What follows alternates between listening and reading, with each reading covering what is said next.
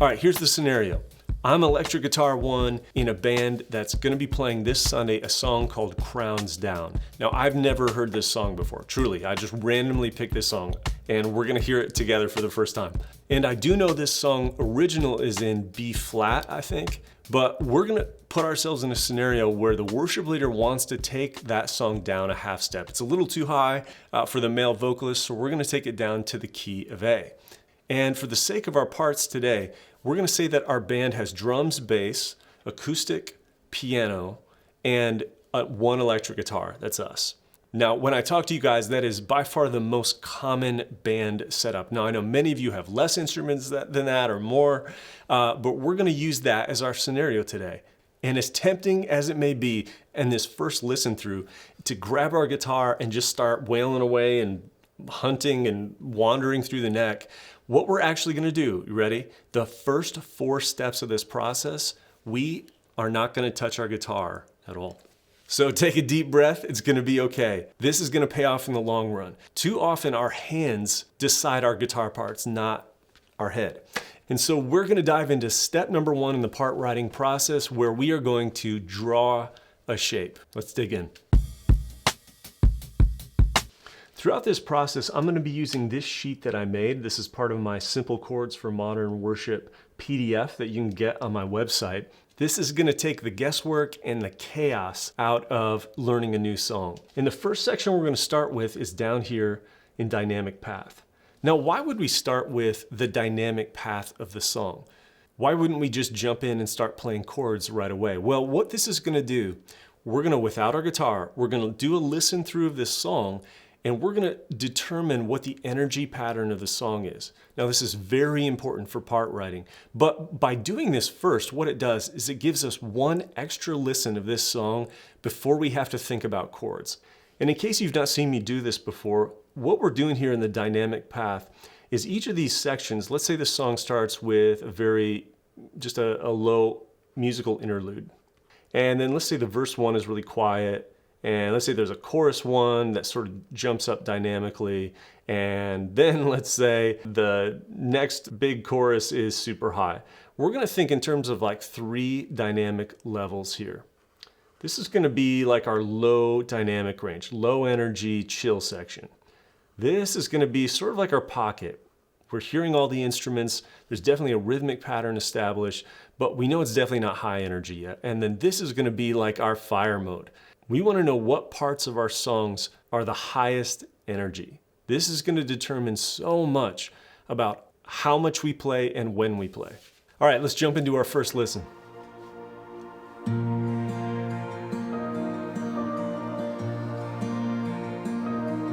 All right, let's stop right here. The thing that's going to give us a leg up when we learn a new song is to be able to make some predictions, to anticipate, to expect certain things to happen. And so in these first stages of learning this song, we're gonna try to tell the future, okay? We're gonna make some predictions about what's gonna happen in this song. So when I hear just the first few seconds of this song, the first thing that I'm anticipating, the first thing I'm expecting in this song with this dynamic path, we already know we have a little musical intro here. What I'm expecting this song to do, and again, I could be totally wrong. I'm expecting we're gonna hear a verse 1, chorus 1 down here. This is a specific kind of song in modern worship music. This is the most popular dynamic path in worship music. It starts low down here and it ends up really high up here.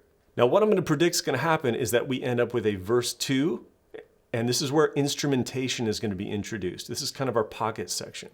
And then there'll be a little bit more of a dynamic bump. We're gonna have a full chorus 2, but definitely not highest energy yet. And maybe we'll get a chorus repeat here, but at some point we're gonna have a drop again where we're gonna have a bridge section.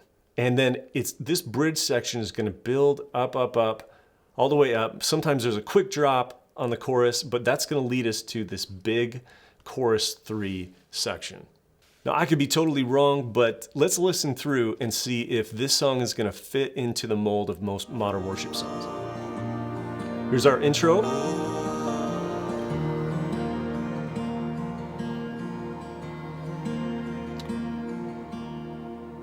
Enthroned in glory, my Savior King, Your loving kindness has welcomed. So verse 1. Though I'm unworthy. Here's our verse here. Okay, so we're coming to our chorus.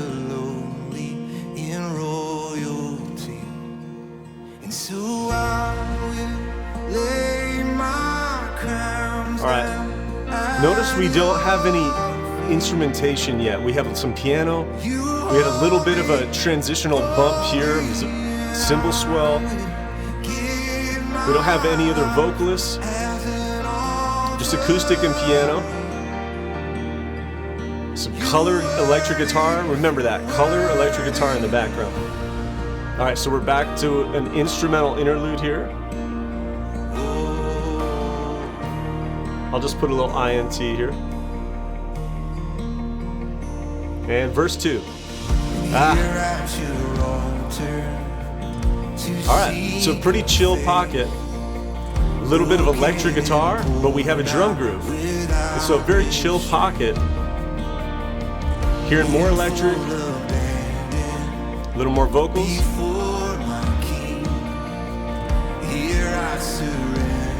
So far, we're locked in. See what happens on our chord.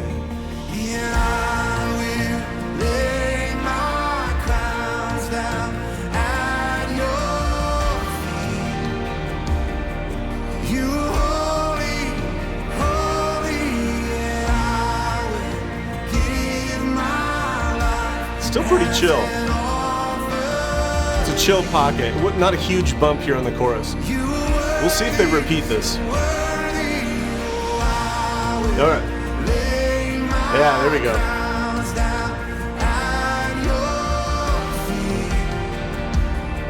Actually, I'll call this.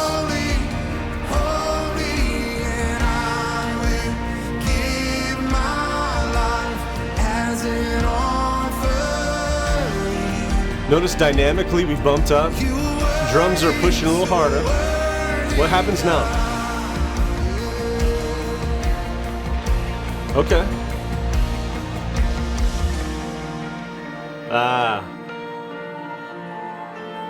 There it is.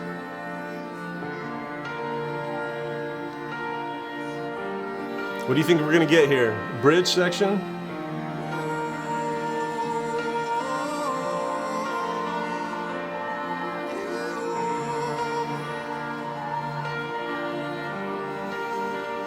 See if this is our. Yeah. It's a cool song. Let's see how many bridge repeats we get.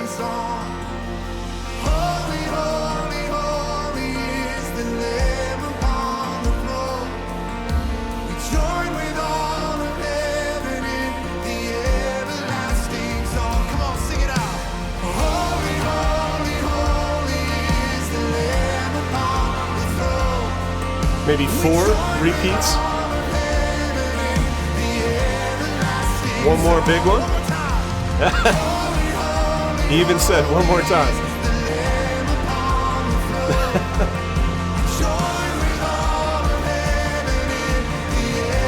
All right, are they going to drop or go right in?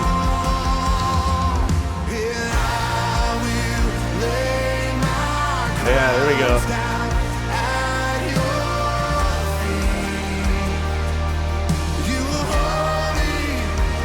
Now, this makes me wonder, we're definitely higher than we've been, but I feel like there's a little more room. I wonder if our drum groove is going to get even more intense and bring us to a bigger, or bring us back into a big bridge.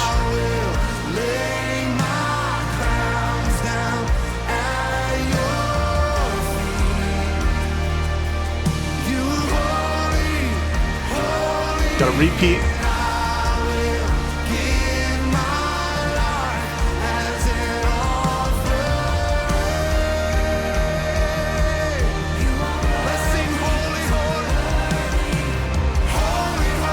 Yeah, there we go. Just keep it up. Go right back into the bridge.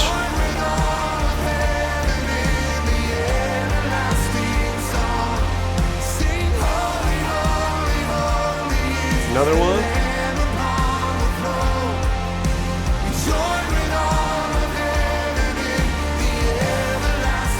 2 more. Oh. Nice.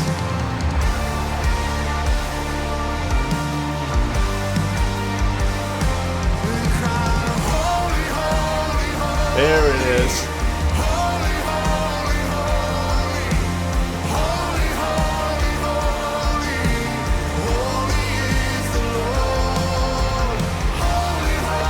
Another one.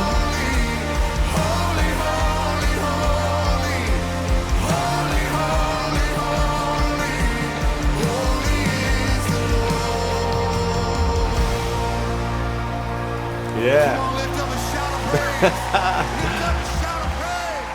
So, okay, I don't want to say I told you so, but did this not just fall right into what we predicted? We had our intro with a verse 1, chorus 1. They're introducing the melody here. Notice all the instrumentation backs out. We're going to make a huge note right here, guys. Electric guitarists, how much electric guitar did you hear in this section? I mean, if I was to go do a sampling of 100 different worship bands this upcoming Sunday who play this song right here, how many bands do you think are going to have musicians who are playing in this section when they should not be? One mark of a great guitarist is they know when not to play. Later on, we'll talk about what we could play during this section, but the priorities here for this section are different than our priorities here and our priorities up here. And we'll talk about how those alter our part decisions.